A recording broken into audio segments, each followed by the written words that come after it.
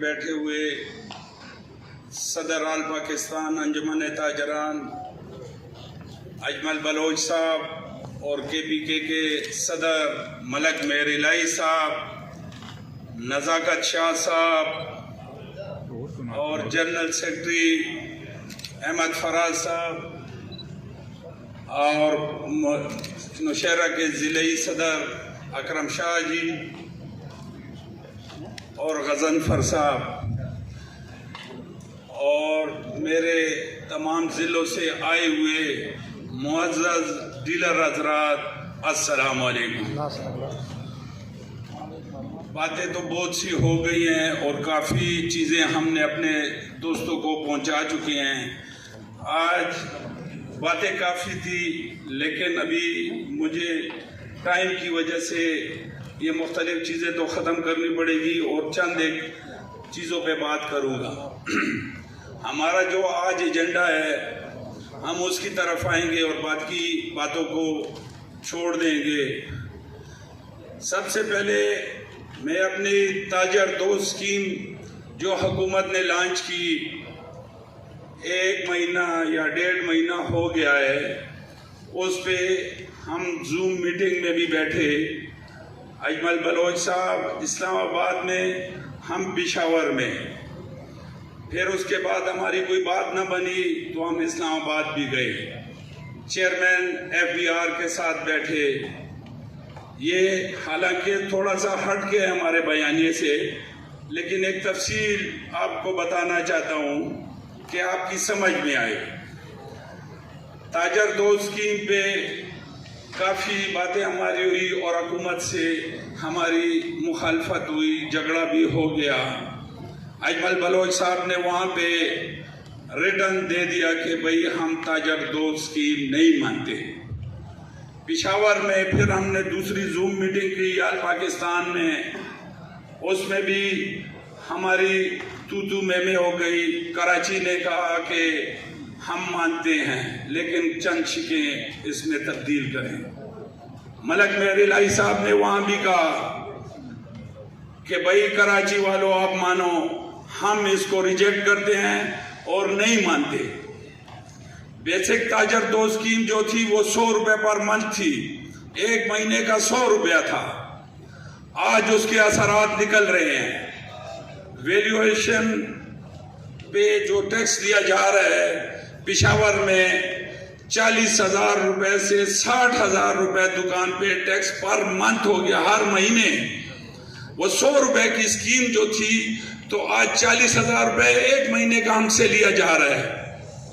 حالانکہ یہ ہمارے پروگرام سے ہٹ کے ہے، لیکن اپنے تاجر بھائی کو بتانا چاہتا ہوں کہ جو ود ہولڈنگ اور یہ باتیں کر رہے ہیں یہ اس سے آگے تے ہے۔ 100 روپے والا آج 60,000 روپے مہینے پہ آ گیا۔ 7 لاکھ روپے ایک عام دکاندار کس طرح ٹیکس دے گا؟ ہم نے چیمبر کی طرف سے بھی ریٹرن دیا، ہم نے KPK کی طرف سے بھی ریٹرن دیا کہ ہم یہ ٹیکس نہیں مانتے۔ یہ تھوڑی سی وضاحت تھی تاجر دوست اسکیم کے بارے میں۔ اس کے بعد آ جائیں ود ہولڈنگ۔ ود ہولڈنگ تو بہت آسان ہے۔ ہمارے ساتھ مل اونرز نے ایک دفعہ پہلے دھوکہ کیا، ایک دفعہ آج پھر دھوکہ کیا۔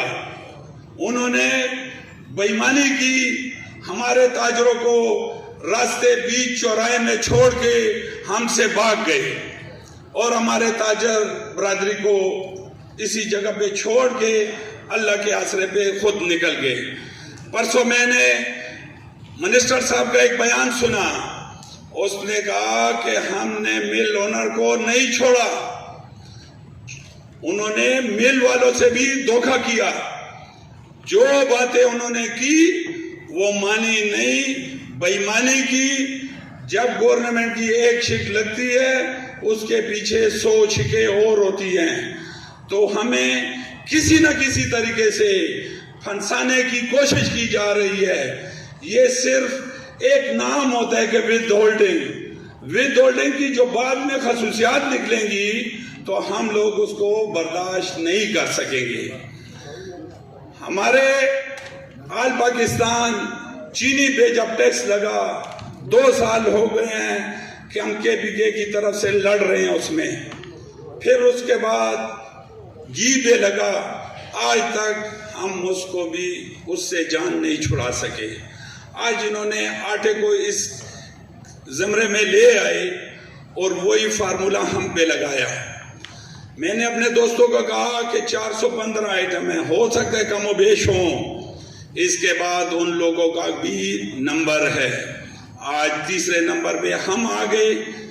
کل پرسوں جوڑیا بازار کے صدر کراچی نے بھی ہڑتال کی، جمعرات کو انہوں نے ہڑتال بھی کی. یہی ٹیکسز دالوں پہ اور چاول اور امپورٹ پہ بھی لگا دیے گئے، جو کہ سی پورٹ پہ فری آتے تھے.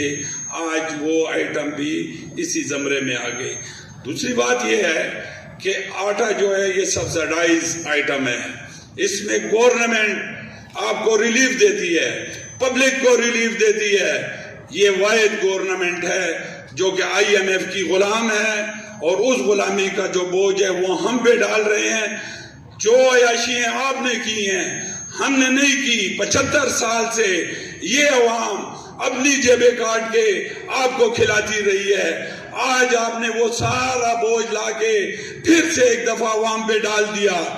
آپ جو پروٹوکولز 50 گاڑیوں میں پھرتے ہیں، آپ اس کو ختم کریں. 2 گاڑیوں میں پھریں.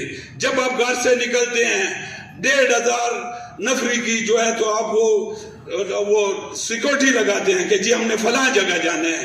یہ 1,500 جو ہے یہ اس عوام کا پیسہ ہے اور عوام کے لیے خرچ ہونا چاہیے.